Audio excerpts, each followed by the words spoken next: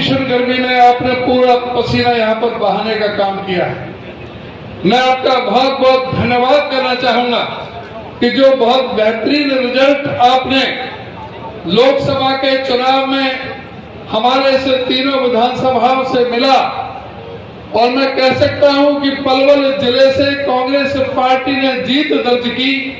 मैं उसके लिए आप सबको बहुत बहुत मैं धन्यवाद करना चाहूंगा। इस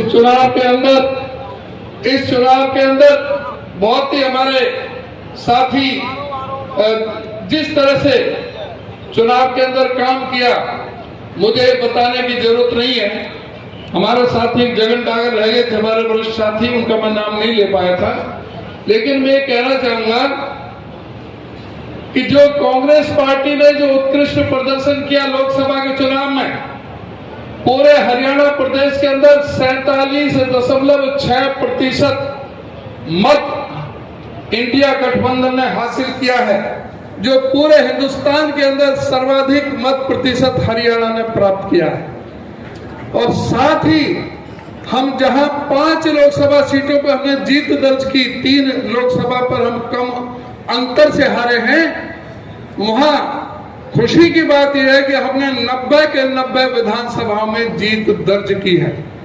कांग्रेस के मत प्रतिशत में 19.5% की बढ़ोतरी हुई है और भारतीय जनता पार्टी के मत प्रतिशत में 11.5% की कमी आई है।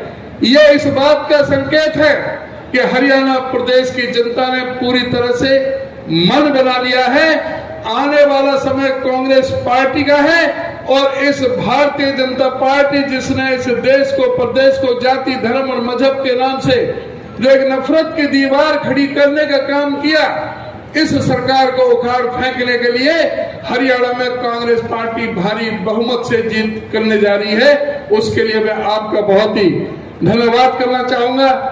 अभी दलाल साहब ने एक बात जिक्र कर दिया था हमारे चौधरी हर्ष कुमार जी के बारे में कि चुनाव के समय में मुझे तो बताया नहीं, शायद अध्यक्ष जी को और हुड्डा साहब को शायद बता दिया होगा।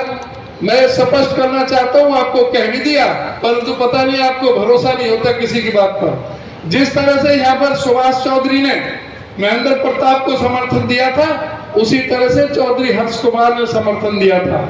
उसमें उस समय तक, समर्थन के समय तक हमारे कोई नॉलेज में नहीं था, ना मेरे था, ना चौधरी भूपेंद्र सिंह हुड्डा जी के में था। लेकिन ये हम सबके लिए खुशी की बात है, हमारे पार्टी के लिए बहुत ये उत्साह की बात है, हम सबके लिए ये गौरव की बात है कि दो जो यहाँ पर जो मजबूत लोग थे हमारे से नेता इस इलाके में, उन्होंने कांग्रेस पार्टी को समर्थन देने का काम किया और उससे पार्टी को बल मिला, पार्टी को शक्ति मिली।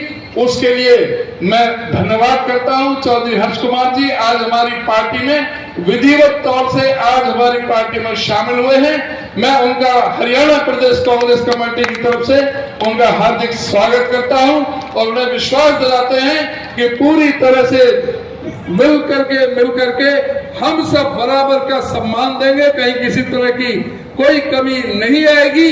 लेकिन टिकट एक को मिलेगी, टिकट एक को मिलेगी। जिसको राहुल गांधी की टिकट हो, खड़गे जी की टिकट हो, उसको एमएलए बना देना, ये हमारा कहने का मतलब है।